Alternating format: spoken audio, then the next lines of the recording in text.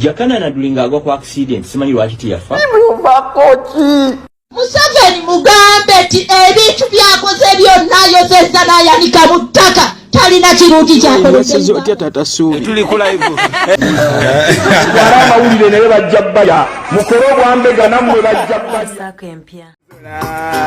Maama Fina atabukidde Ronald alimporwa okuvuma maama we ate nga Bobi Wine amukyalidde byonna bibino mbikuleetedde Amaziiga mu nju ya Nadduli tegannaba kubanga gavaamu byonna mbirina Spice Dina yeetaga ssala zammwe bannayuganda nsooka beebazaako mwenna gye musinzira okubanga mutugoberera ago n'agasingako ge nkuleetedde olunaku olwaleero eno ye DPTV Uganda mukwano gwange yinze Sajjima abeerawo kubanga nkutuusako amawulire ag'enjawulo nyongera okukujjukiza era n'okusaba genda maaso n'okubanga osubscribinga ku channel yaffe yakatwegattako eyatwegattako edda weebale nnyo weebalire ddala wa video yaffe like mukwano gwange gwe wenna ngoberera okola kyamaanyi nnyo nnyini ddala omukwano gwe mundaga abanfollowinga sigutwala just for granted bannange mwebale nnyo mwebalire ddala nyongera obbajjukiza bakatwegattako kubanga musubscribinga abatuteekamu ssente okubanga tukutuusako amawulire be bakawuka Derek Investments bano nga badiringira mu buyinja obw'enjawulo obudesigning enjuuyo bakubire ku namba z'essimu osobola okubanga oyambibwa tutandikidde wano olunaku olwaleero olunaku olw'eggulo gabadde mazaalibwa g'omukulu Kakwenza era yabadde aweza emyaka egy'obukulu 34 ono yamanyiddwa nnyo mu kuba gavumenti y'eggwanga Uganda kossa ne muwoozi Kanyerugaba bwe tuba nga tuvuddeko eyo era happy birthday Kakwenza bwe tuba nga tuvuddeko eyo olwaleero mu byafaayo bwali bwe buti mukwano gwange ennaku z'omwezi 20 omwezi gwali gwa Septemba 2021 mukwano gwange mpuliriza ennaku zakeera oba olunaku lwakeera ng'ennaku endala ne lufuluma Bobi Wine afuluma mu nnyumba nga yolekera ogenda wali ekololo munnange ku nomination basobole omunominatinga avuganye ku ntebe y'eggwanga Uganda baafuluma bulungi nnyo gye byaggweranga n'amakooti gayulise gye byaggweranga abantu amagulu gamenyese Edi Mutwe nga w'omulabaawo bwe bityo bye byaliwo ennaku z'omwezi nga 2 Septemba 2021 egwali ebyali ebyessanyu ogenda okuba nga banominatingibwa okuvuganya mu kalulu era bannayuganda nkuyanje bagamba kana akalulu Museveni yaketegekera nga y'omuntu so si ggwanga kyovola abavuganya yabatwala tinka bwe tuba nga tuvuddeko eyo njagala tusooke tugende mu vidiyo eno mukwano gwange oluvannyuma nkwongereyo mu mboozi nkubulye lwaki njikuzannyidde na lwaki njikuleetedde katusooke twerabe vidiyo eno mukwano gwange subscribinga ku channel yaffe. Kibuuzo Bobi Wine buli mwana gwakomyawo buli mwana ali mukakadde okumuzza wano awulira sente azijjawa asabu mujje bamukwata kubba sente azijja Bobi Wine nkubuuziza wawulirako Bobi Wine bamukutte nga bba yakola ajja kuba Mungu anamusasi ayagala yenna anaagenda amuyamba simanyi sente Bobi Wine gyazijja kuzaawo baana kati abo bakomyewo simanyi ameka obukadde ameka ezo zonna si sente ze we bali kumuwerekera kubba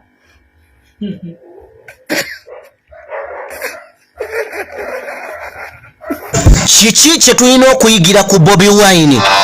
tuleme kumwagala bwagazi mu byabufuzi wabula biki bye tumuyigirako obwetowaze obukakamu n'okuwa buli muntu ekitiibwa ebyazza bisomesa era byogera buli lukya nti tuyigire ku bakulu baffe ate tubawe n'ebitiibwa gye buvuddeko nagambye biki ebikola Bobi Wine okubanga wanjawulo ne nkugamba emyaka gimweyimirira ekyokubiri time eri ku saidi ye era ali mu time ye entuufu ekyokusatu ne nkugamba nti Bobi Wine nga Bobi Wine ebintu ebyo ebisatu mukwano gwange bimweyimirira kati waliwo ekintu ekyokunaba kiyita ssente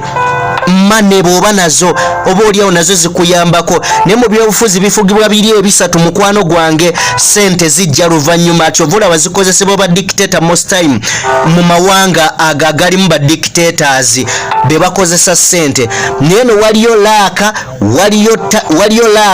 waliyo time niwabeerayo ne age kakati byebyo bikola Bobi Wine yagenzeko ew'omukyalo ono mukwano gwange n'amukyalirako omukyalo ono yakyusizza n'amanya ga Bobi Wine kati tetukyamuyita Bobi Wine tumuyita Boboline Bobi Wine ebintu ebimu bye tulina okumuyigirako ng'oggyeko okumwagala bwe bwetowaze eri abantu eri buli gwasanze kale nno kino kabonero kalungi namukadde ono yafunye essanyu eritagambika okulaba ku Bobi Wine oba oliawo yabadde takisuubira wabula bamuwadde kavisiti mukwano gwange nga Bobi Wine yamukyalidde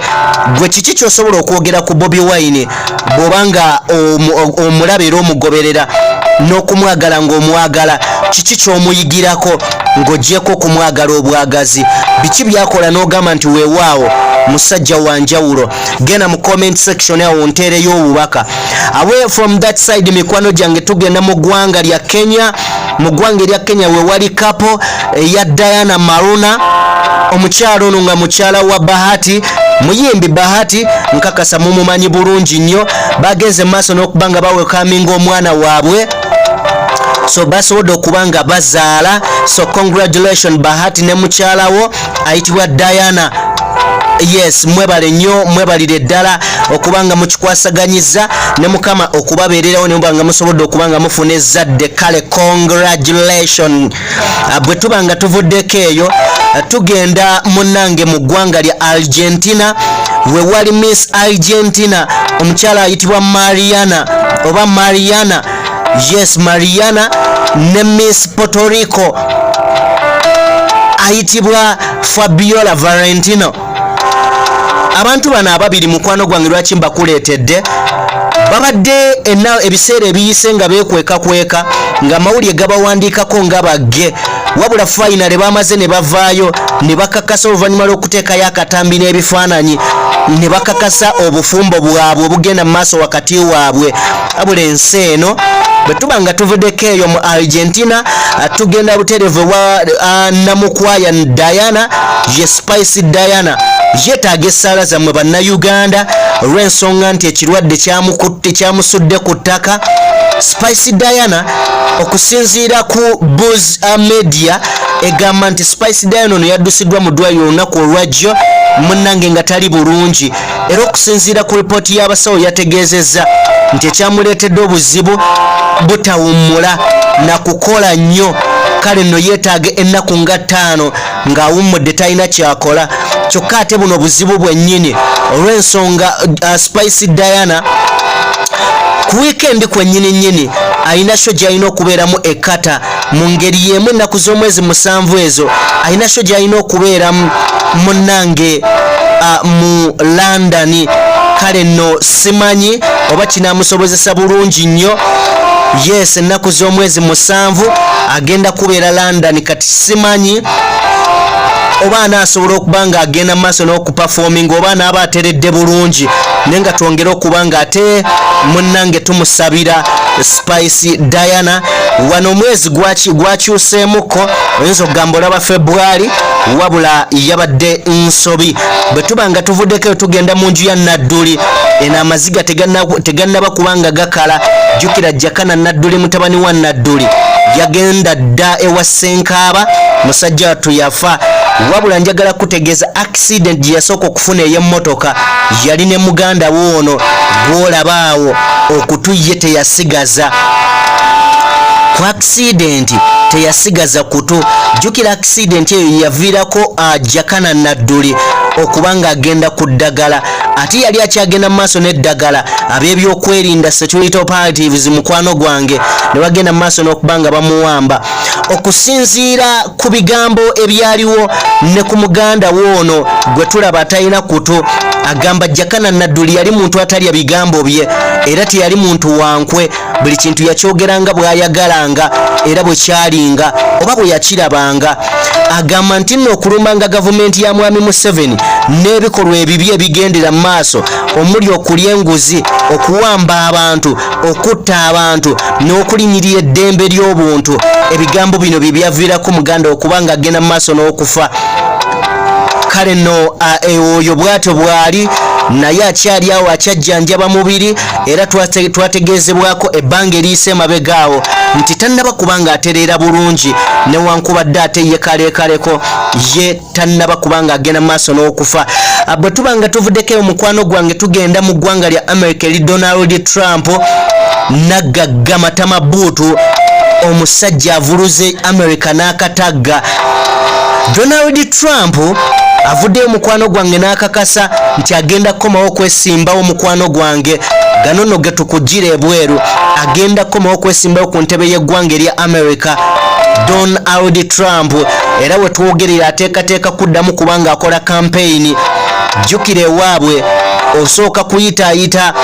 munnange mu b'ekibiina kyo kossa n'ebitundu akalulu baakakavaamu, naye munnange jjukira ekisanja kyabwe kya myaka ena, era agenda kubanga munnange atandika ne wiiki ejja okunoonya akalulu akamuzza mu ntebe y'eggwanga eya America. Wabula ono ye simuwagira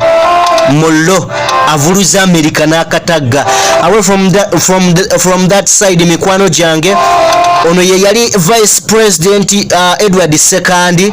Amawulire agavayo gatulaga nti yaddusiddwa mu ggwanga erya Dubai nga biwala ttaka mukwano gwange, ekirwadde nga kimubala embiriizi. Kale nno naye twongere okubanga tumusabira eyali Speaker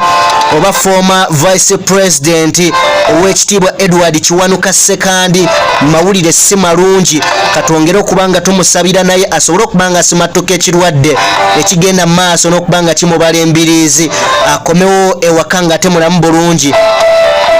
Away from that side tugende ewa traditional healer omukyala Maama Fina eyavudde mu mbeera abadde ayamba Ronald alimpa, yavudde mu mbeera n'amugamba sikyaddamu kubanga nkuwa yadde obuyambi n'ekikumi n'ekimu bwe kiti. Kyavudde ku ki? Kyaddiridde Ronald alimpa akatambi akafulumye ng'ali bubi, avuluga maama wa muvuma. Ebigambo bino byanyizizza abantu bangi